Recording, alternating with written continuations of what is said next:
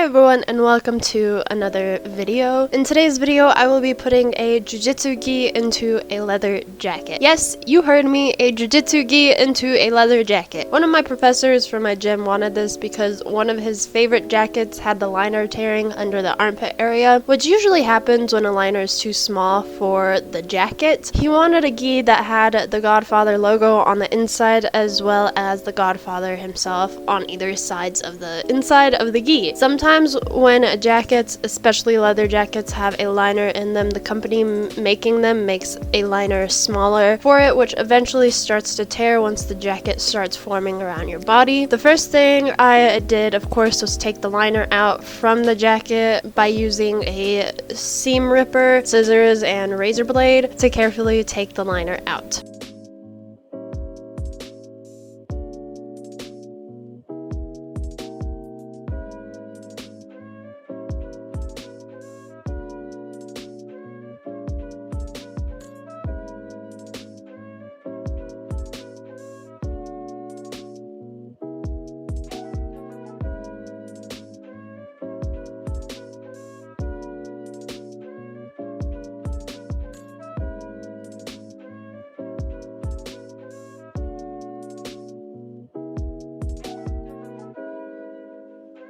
As you can see, there are two different zippers, one metal to the zipper and the other is a coiled zipper, and that is because the jacket has a hood that zips into it, which at the moment I don't need the hood.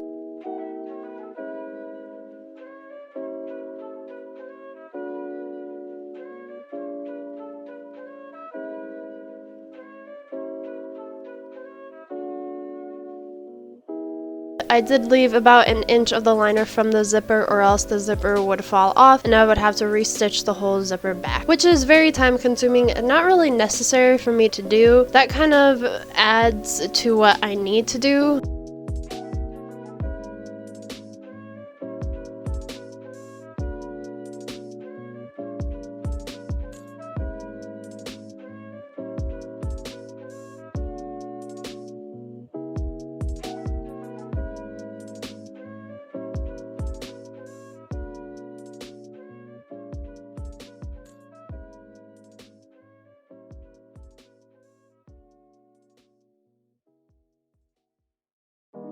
I took all the tags off from the liner and the tags from the bottom of the gi as well, since the gi does need to be shortened. It is too long for the jacket, so I will be shortening the gi from the bottom. So we are saving those tags for later and moving on to the next step.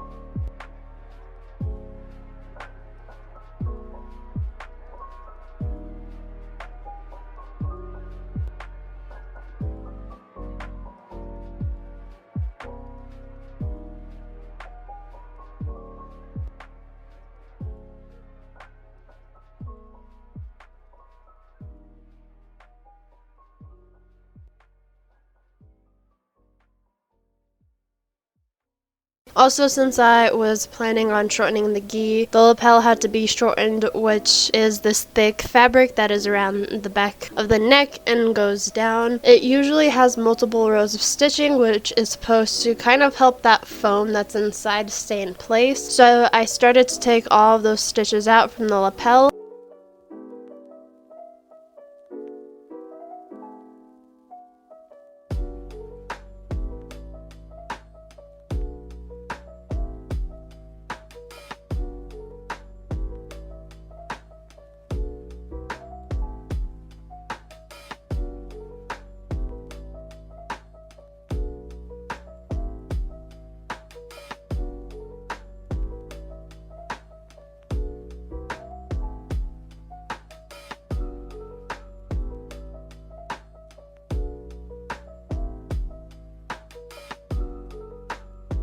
There were some leather pieces of the jacket that were sticking out, which was from when they put the jacket together, so I quickly glued those down so they weren't in my way.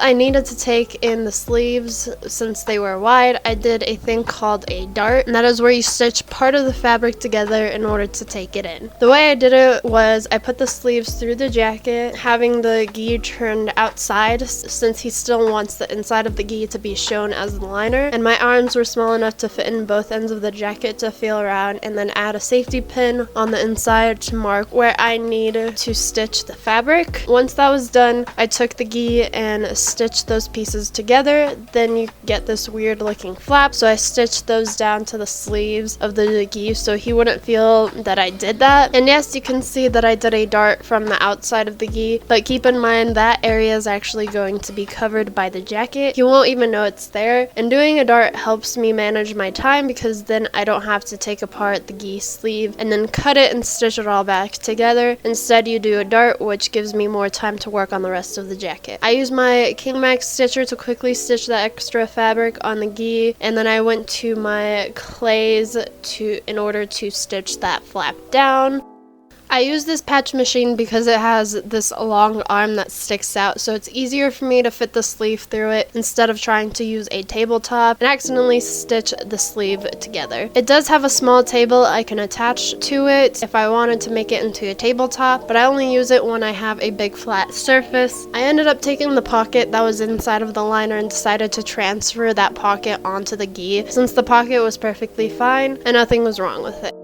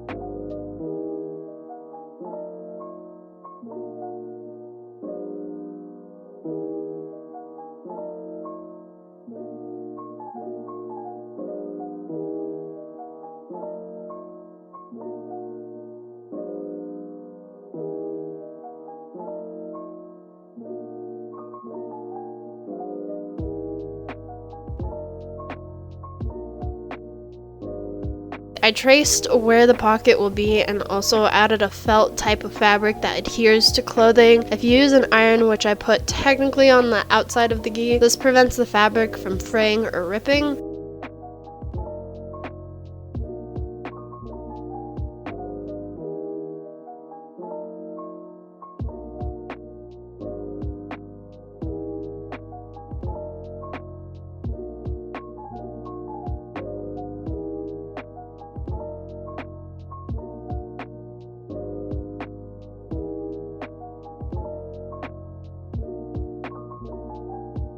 After doing that, I stitched the top of the pocket to the top of where I cut and folded the edge of the gi. Then did that to the other side, and after all of that stitching, you have a pocket.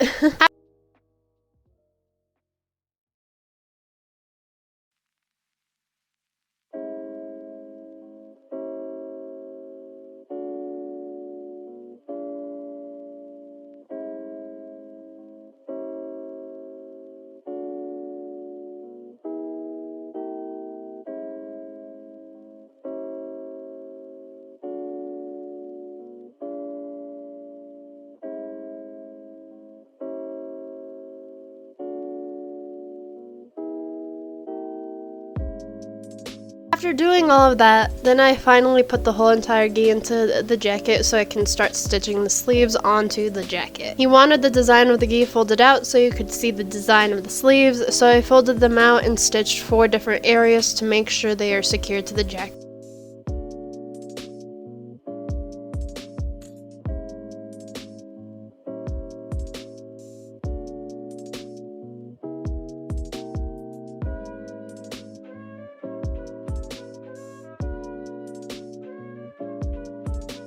I also ended up stitching the armpit of the gi to the inside armpit of the jacket, which makes the jacket more secure. The original liner has these pieces of fabric that held onto the liner and the jacket. Those pieces are used so that once you're taking the jacket out, the liner would still be in place and not come out. This is usually in every single jacket, or at least it should be. Just for those small pieces of fabric, there is a difference. I also added a few stitches throughout the sleeves to make sure the jacket was fully secured in the sleeve.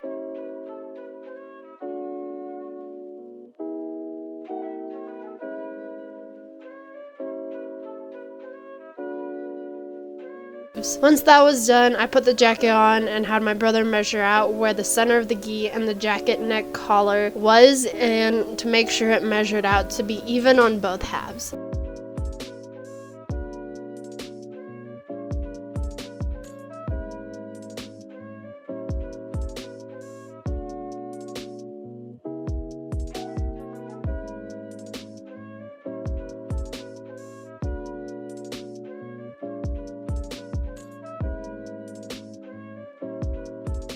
I think out of everything, this was the hardest thing because I had to try and stitch the gi as even as possible to the jacket. I tried to use glue at first, but that ended up not working because it was starting to seep through, and it wouldn't help because by gluing it, it started to make it come out all wonky. So I took the whole thing apart after getting more than half of it done and used pin needles instead. I pinned them every 2 or 3 inches, and I would stitch that 2 to 3 inch area and keep doing that on repeat. This part was very time consuming and a huge hassle, but it was worth having the jacket look good and clean instead of having it looking like it was a half-assed job.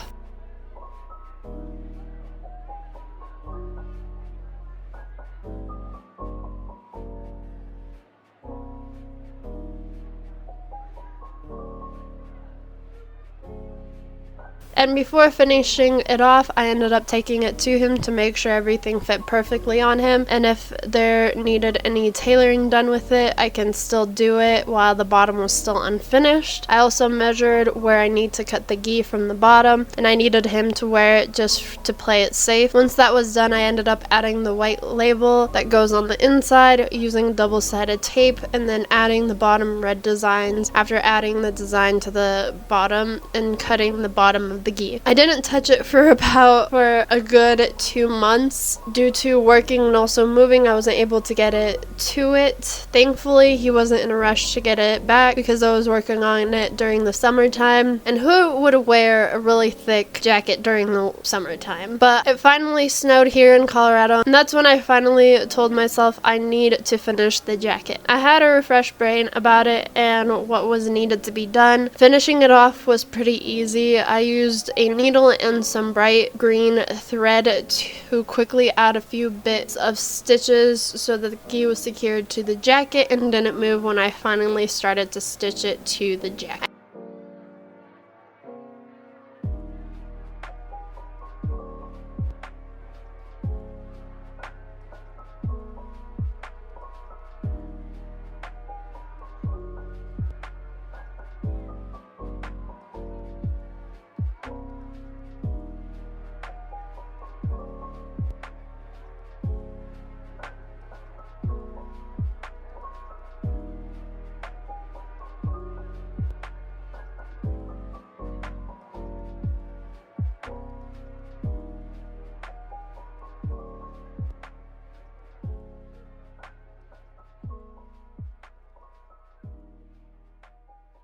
had the jacket facing up so I could follow the stitch lines of the jacket. It's better for it to have nicer outside stitches than inside, which ended up looking really well. But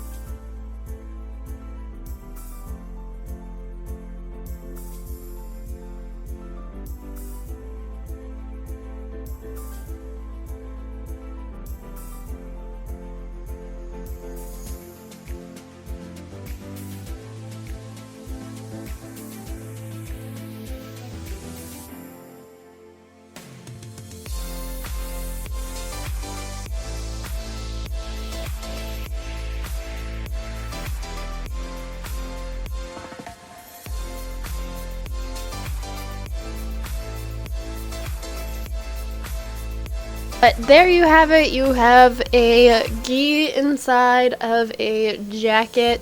This one was one of the craziest projects I've ever done. I've had crazy projects, you know, throughout my years, but I think this one kind of hits the grid, and this one's like my top weird project. It's very interesting and intriguing, so I hope you guys enjoyed this video. It was fun and it was a hassle on working on it. I was always stressed out about it, but at the same time I was happy to do all of that. But I hope you guys enjoyed this video. Thank you so much for watching. I will try and post as much as I can on this channel. I know I don't do that as often, but I know I need to start doing that. If you're new to my channel, please be sure to hit that subscribe button as well as the bell to get the notifications to when my videos are out, since I don't post on a weekly. Yeah, thank you so much, and I will see you in my next video.